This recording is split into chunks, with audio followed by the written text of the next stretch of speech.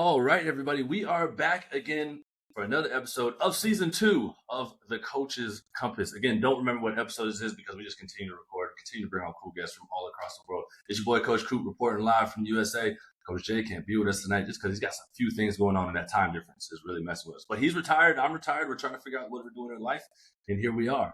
We got another cool guest with us tonight. We got Coach Ryan out of the University of Tennessee, 2022 NSCA Assistant College Strength and Conditioning Coach of the Year, National Weightlifter, Chicago born and raised, Chi-Town stand up, Assistant Director of Olympic Sports Performance of University of Tennessee. Coach, welcome and thank you for being here with us today. Thank you so much for having me on. I love these podcasts, so I'm excited to explore whatever rabbit holes we're going to go down today. So yeah, you know, in the strength and conditioning world, we love going down rabbit holes because that's just what we do. You know, but first, before we get there, what got you into this field? What made you want to go into strength and conditioning? Oh my goodness, I love this question. I get to tell a story about my past, Yes. and it's a lot of fun for me. So if you're not aware, I do have a background in gymnastics before weightlifting. So I have been a gymnast since I was about 5 or so. Did it all through college, so about 17 years under my belt. And being athletic was always just a part of me growing up. I'm the youngest of 5 kids. I've got 2 older brothers that were super athletic, and that's who I looked up to as a youngster. They're roughly about 10 and 8.5 years older than I am. So I had great role models as far as, you know, they wanted to play football, basketball, you know, baseball, lift weights, do all the things. And I wanted to be involved in all of it as much as I could. And so I was like the tag along little sister that would go pretend to bench press with them, even though I couldn't lift what they were doing. But anyways, and so I think my brothers really set me on the path of athletics. And there's one memory that sticks out to me in my head with my oldest brother. He pulled out this, we had an old time weightlifting set in our house, and he put it on our patio one day, and he took the barbell and he was messing around with it. And he goes, "Look what I can do." And I don't know if he snatched, I don't know if he clean and jerked, but he did something where it went from the ground to over his head. And I was 5 or 6 years old. And I was like, that is so cool. And ever since then, I've always been yeah, I think I want to be part of athletics. And so did the whole gymnastics thing growing up, pole vaulted a little bit, all of that great stuff. And by the time I went to college, I was like, oh, okay, I want to be part of the athletic world. How do I do that? And I thought athletic training was the route. I got to college, did my first semester athletic training, taping all the ankles and doing the things. And I was like, this is not for me. What else is out there? And so I had a strength and conditioning coach at my undergrad. And I was like, wait, this is a profession? I was like, I can do what you're doing. And so he really helped kind of, I guess, navigate that end piece for me and just put everything together that strength and conditioning was an area that I could go down and explore and be part of it, of athletics, but do it in a way of performance instead of maybe the prehab rehab route. So I think that's kind of where we got to where we are today. Okay. I mean, that's a long navigation, but what was it like, to kind of navigate? Because you said you were doing taping people's ankles, right? That's not kind of the field you want to be in. You see a strength and conditioning coach that you're kind of hey, wait, this is a profession. How was it to navigate to kind of get there? And now you're at a premier university, right? You're at the University of Tennessee. I mean, we all know what kind of facilities they have there. At least us in America know what you guys have, but some of my European listeners don't understand that that's top of the top, right? Everything you got there is top notch. So how was it to kind of get from where you were at taping ankles to where you are now? Yeah, I think the University of Tennessee wasn't even in my eyesight that long ago because I had really no idea or perspective on collegiate athletics. I was a D3 athlete, and so I didn't understand the world of Division I athletics and what Power 5 and I guess maybe now Power 4 conference looked like. SEC. You're right. It's right below the NFL, pretty much. Right. And literally that's what they were talking about in our past football game. These are NFL games. But I didn't understand the level of which you could go in this field and just how elite things could be. And so when I started on this path, I used to tell my Division III strength and conditioning coach that I was going to take his job because I thought that was the top of what I could do. And so just randomly on a whim, someone mentioned to me, like, have you looked at the University of Kentucky? And I was like, nope.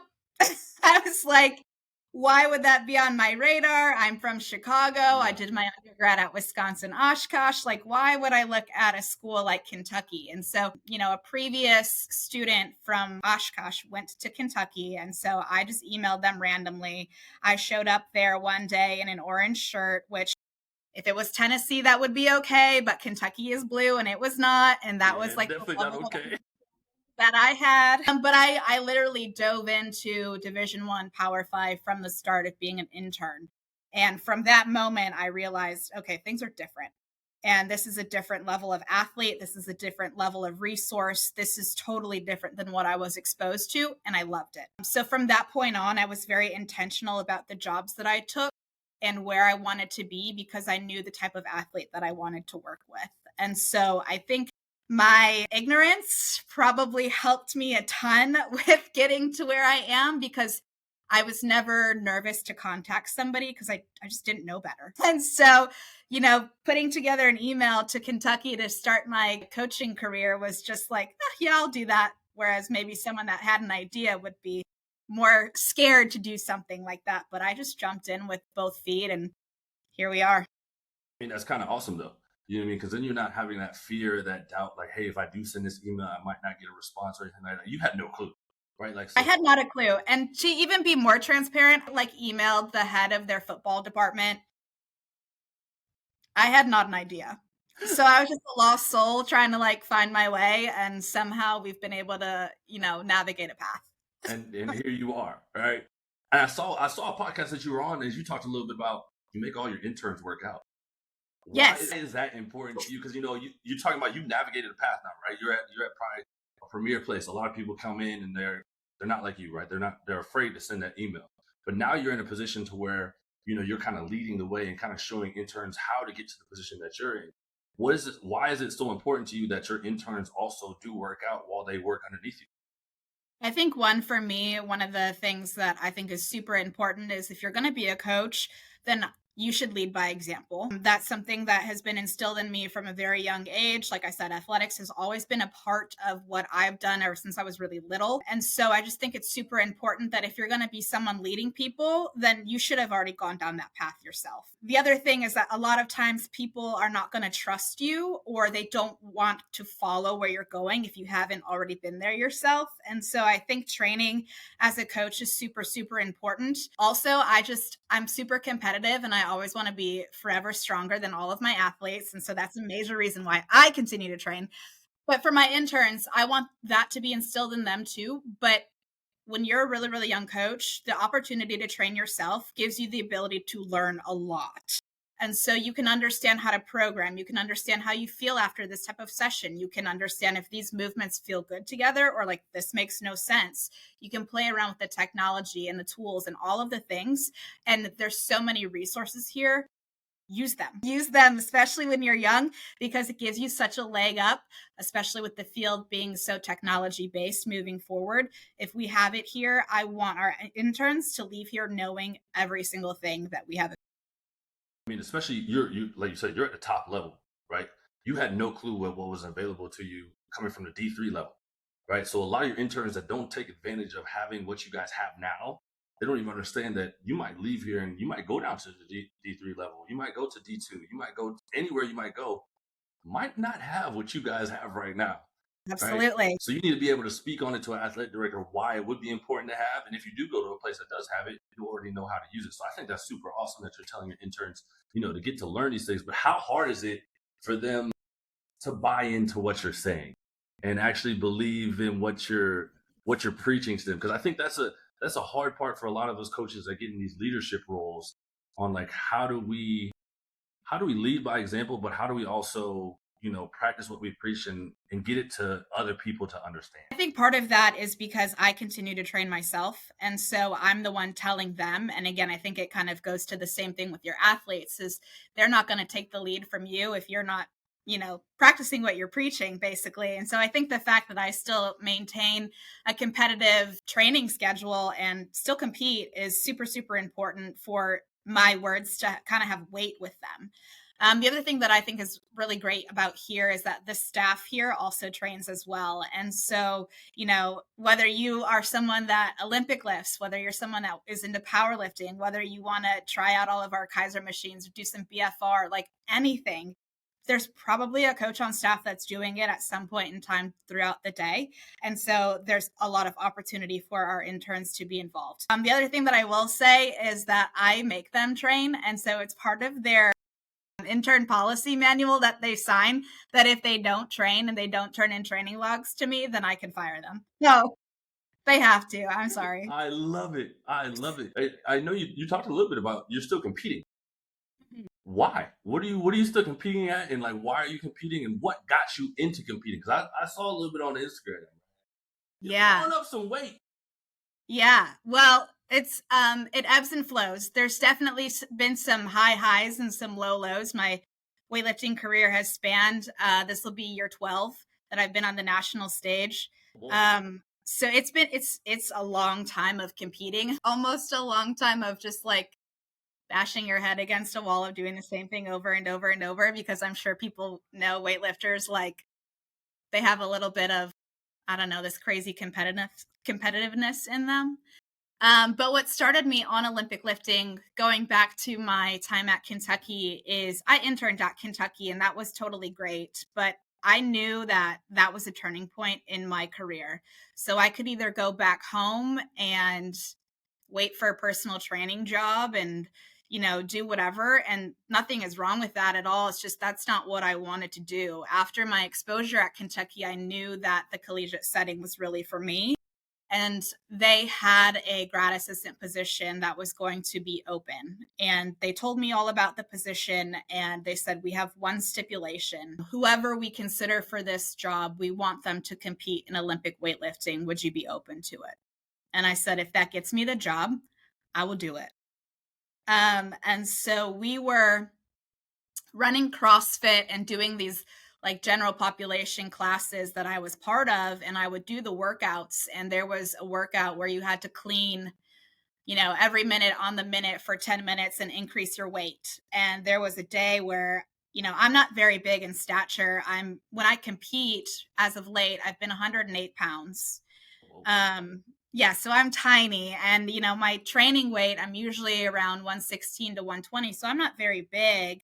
And I remember in this CrossFit workout, I cleaned 150, and I was like, maybe I can do this Olympic lifting thing. And actually, after they told me about it, I didn't get the grad assistant position. It was given to someone else. But I made the move to Lexington because I knew that I wanted to coach. And so I interned. I took on 2 other jobs. I did that for an entire year, and I learned to really coach on the floor and be an asset to the staff. And that following year, I got the grad assistant position, and we started the technical side of Olympic lifting. And I did my first meet, and I think it was my first or second, local meet. I ended up qualifying for a national level competition. And ever since then, I guess that's where we've been. There's been times, like I said, ebbs and flows. I've had some really high highs where I'm, winning medals and everything is great. And I've had some times where dang it, I can't put the weight in the right spot overhead and we bomb out. And so you just got to take the good with the bad. And spanning 12 years is a long time to be in one sport. Yeah, 12 years is a very long time to be doing weightlifting. But you're talking about like climbing the ladder, right? Like you were an intern, trying to get the GA spot, right? Don't get it, become an intern, have 2 jobs, and you get the GA spot, then you continue to climb ladder. So the point where you become the NSCA Assistant College Strength and Conditioning Coach of the Year. Maybe that was a mistake. I don't know. Yeah. Tell me how you got there, and what is the award even like? How did the award come about, and what is the award all about? Tell me more about it. Yeah. And so, as I mentioned before, I was super intentional with the jobs that I took and where I wanted my path to go. And so while I was at Kentucky, I believe it was my last semester that I was there, my boss, the director at the time, said, I want you to write down your career goals. Where do you want to go? Where do you see your path? And so I wrote down 10 goals that I had of basically climbing ladders, certifications that I wanted to get, sports I wanted to work with, places that I saw myself going, everything from a career standpoint. And with that being said, one of the things that I mentioned was that I wanted to be very well rounded as a strength and conditioning professional, because all of my experience up to that point was Olympic sports, Kentucky, Division I, Power Five. And that's great. But I thought it was important and valuable to kind of expand a little bit.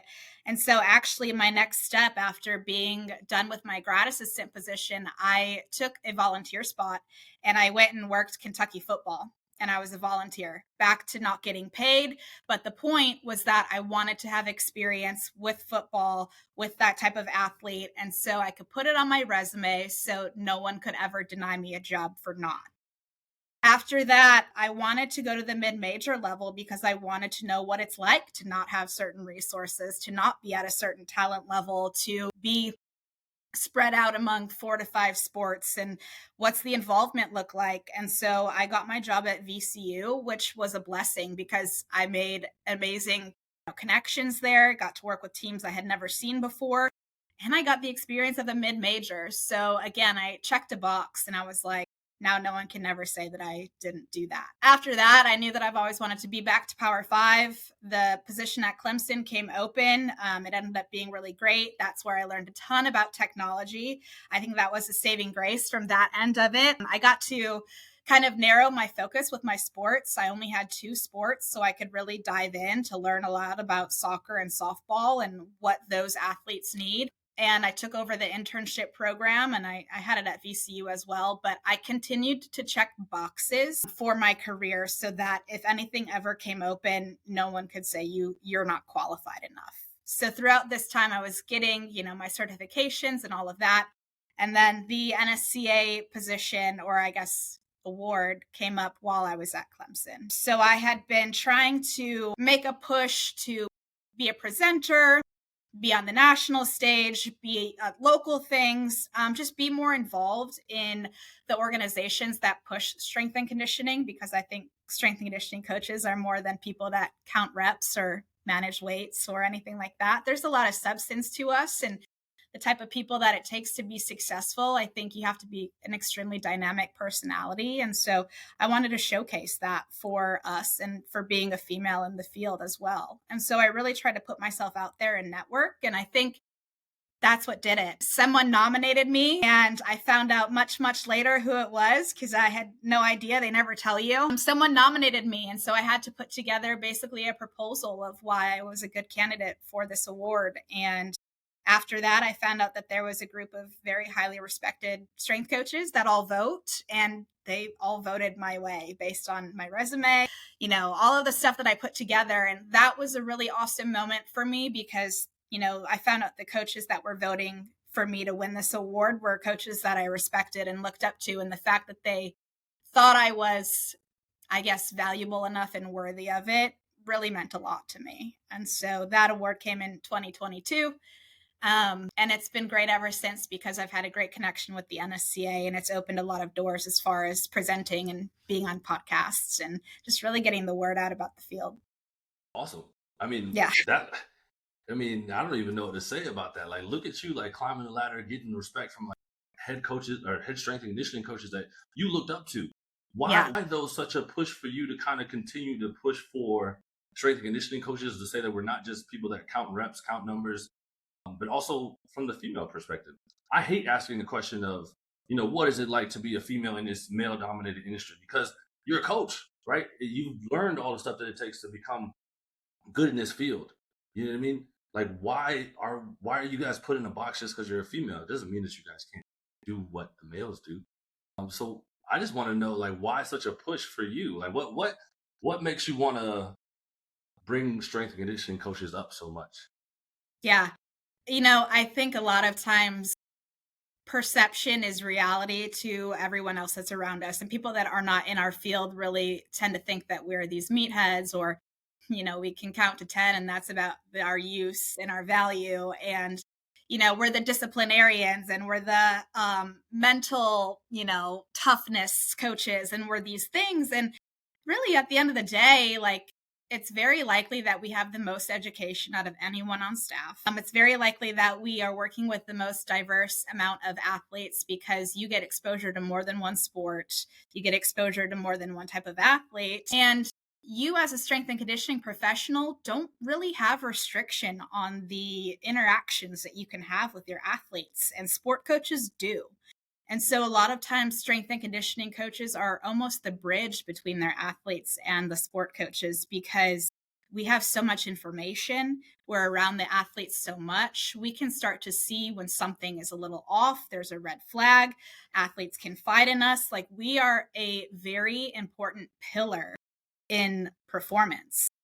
And so for me, I think it's important to spotlight the fact that these individuals that you have on staff are worthy of a lot of things and can help in so many areas. And so that's why I like to kind of push, like, hey, we're educated. These are all of the other things that we have. And I tend to use my area of strength and conditioning, as a vehicle for other things. Like, I want my athletes to leave here and be productive in their jobs moving forward. Some of them are going to be professional, and that's an amazing thing. And I'm happy to have a hand in their success. But a lot of them are going to go into the workforce, and like, you need to be accountable, and you need to be punctual, and you need to, be respectful and professional, and all of these things that me as a strength and conditioning coach can help kind of navigate that for a young person. So I think that that's why it's so important for people to see us as very valuable members of staff. The bit about being a female is very interesting because, again, with strength and conditioning, counting my years of interning, I've probably been in this field about 13 years altogether, and I've seen it evolve. And so every single conference that I've gone to has gone from like your typical 5 women that show up and all the rest are men, and I happen to be one of the 5, right? To, it's evolved into, we have an entire like group me for women that are in the field, and it's probably upwards of 250 people across the nation. And yeah, so it's really, really grown for women. And I think, to your point, we don't have to differentiate that it's male or a female coach. We're all coaches. I think just what women bring to the table can be different, because something that's unique about my position is that I work with only female athletes. And so my connection to the female athletes is going to be so different than if they had a male coach. They talk to me about things that are very personal to them, things that are going on with their bodies, things that are going on in their personal lives, things that they just have a level of comfortability with me that I can help give insight then to their coaches. So I think that that's super important, but just growing the field and being diverse is something that I love. I think having a lot of the same doesn't help us get better. We need people that can fill all areas. And if I'm not great at something, like, I want someone that is great at it to balance us out. But the last thing I want to say about, the push for women is that I think a lot of times you hear about diversity, diversity, diversity. Oh, who's your female on staff? The token female. And it's like, you know what? If me being a female is getting me my job, fine, I'll check the box, but you better believe I'm going to bring some substance. I'm going to know my stuff, and I'm going to be valuable no matter if I'm the female or not. And so I think that that's super important for women in this field, to just be educated, bring something to the table. Don't just check the box because that's what you're doing. Like, you should be a coach of substance. Yeah, you should. But who are you continuing to learn from? Goodness. So this is very interesting. I don't know if you know about this, but I have started an MBA program here at Tennessee. Okay. So this is my 3rd semester. So it's interesting because I am so interested in things unrelated to strength and conditioning to help me be a better strength and conditioning coach. And so I don't dive into, the X's and O's of programming, or I'm on the latest trend of how to train an athlete. Like, do I understand training programs? Yeah, absolutely. I write them. I read about them. That's great. I like to learn about leadership qualities, communication skills, psychology, nutrition. And so I guess, long story short, in the big grand scheme of things, I'm currently learning business. And that's who I'm learning from, is the University of Tennessee. What are you going to do with that business? Like, what are you like learning this, getting this degree or getting this master's in this? What are you like? How's that going to help you become a better coach, and how are you going to translate that over to your athletes? Because I can already tell you're going to use this for something to kind of talk to your athletes about for another piece in there, right? So like, how are you going to use this?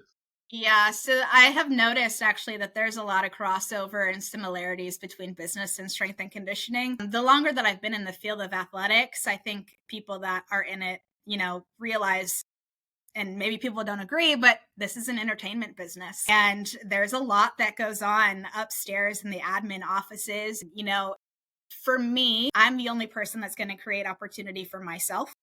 And a lot of my education is athletic performance based. And that's helped me be really successful as a strength and conditioning coach. Looking forward to my career, if I'm going to be 100% transparent, this is not something that I want to continue to do at this level, 30 years from now. I've had and continue to have a really great coaching career, but if I'm ever going to take a step in a different direction, I need to have the tools to do so. So for me, I think it's a bit more selfish in my business pursuits, but it's because I'm just trying to create a lot of opportunity. And I think, again, it's also important for my athletes to see that they have a very strong coach that's doing things outside of the norm and, pursuing other things potentially for myself. I wouldn't say it's selfish though. I mean, it's kind of selfless because you're showing your athletes that you can do multiple things at one time, and that there's a lot of people that go into being an athlete that's just, hey, it's just plan A, right? Plan A is plan A. There is no plan B, right? You're actually showing that there can be a plan B while you're still doing plan A, right? And have a backup in your pocket. So I think it's actually not that selfish as you might think it is. Now, Yeah. this is one question I've got for you from one of our former guests, right? Since being in the field, what has been one of your bigger shifts in perspective? Wow. For me personally, there has been such a change in how athletes are handled, how interns are handled. And so that's been tough because from an intern perspective side, like I said, I worked 3 jobs. I didn't get paid to intern. I was there at 5 in the morning until 7 at night. Weekends, all of this stuff. I would cut vacations home with my family short to be back because someone needed coverage. Like there was a lot of sacrifice, and that's not cutting it anymore for interns. So I think the sacrifice that I made in order to make things better for our interns now has changed because I'm very mindful of I don't want you coming in 3 days in a row early. So let's scoot you down to you can come in at 9 today. I try to be very mindful of their sleep, and I'm like, how are you doing with school? And how are you balancing another job? But no one checked in on that for me. So I think being mindful of just them as a whole person has changed. Same thing with athletes. I just find with myself, the standard that I hold myself to is different than maybe what we can hold athletes to. And I don't mean it in a negative way. I just mean I'm very, very hard on myself. But if an athlete did something, I may not be as hard on them as I would be on myself if I had done the same thing. And so I just think you have to treat them slightly different. I don't know if that's the right answer, but I mean, it's your perspective, that I there's a think change. yeah, I think there is though definitely a change. I mean, us as parents, as coaches, we kind of say that this generation is a little bit different, but that's a whole different topic that we could always get into. What's something you'd want us to ask our next guest? And I have no idea who the next guest is. No idea at all. Goodness, that's a tough question. Can I think on that? Gosh, you got me right on the spot. It could be anything you want to ask. Dang, this is tough. Can we edit this long pause out? My God. Don't worry. AI does all that stuff. They edit out the long pause and make it look great and everything. I guess my biggest question to the next guest would be, what are your tools and tactics to set some boundaries and potentially avoid burnout in a field that has such a high rate? How do you handle your self-care and your balance outside of your job? Love it. And what would you say? For me personally? Yeah. I put strict boundaries on things. And so I never take my work home with me. I leave it here. I will not answer messages from athletes or coaches past a certain time. For myself, as far as burnout, I think, training with Olympic lifting, that I don't train here at our facility at Tennessee. I go to a different facility and I train, even though I could literally step up right outside my door and do it. I might go somewhere else because I want to turn off, and that's my time. So I don't really answer my phone when I'm gone, and I get to be around different people that aren't going to ask me 20 questions about what the next day entails. So that's kind of my time. I love it, Coach. And that is it for the day. Thank you so much for taking time out of your busy day. I know how that college schedule gets. But thank you so much for coming on here and dropping a lot of knowledge and also just teaching people what you have been through and how to navigate. And even though we didn't talk much about just the scientific side of coaching, we learned a lot today. So thank you That's so much. Thank you so much. And that's what makes the best podcast. So I appreciate your time. Of course, and we're out of here.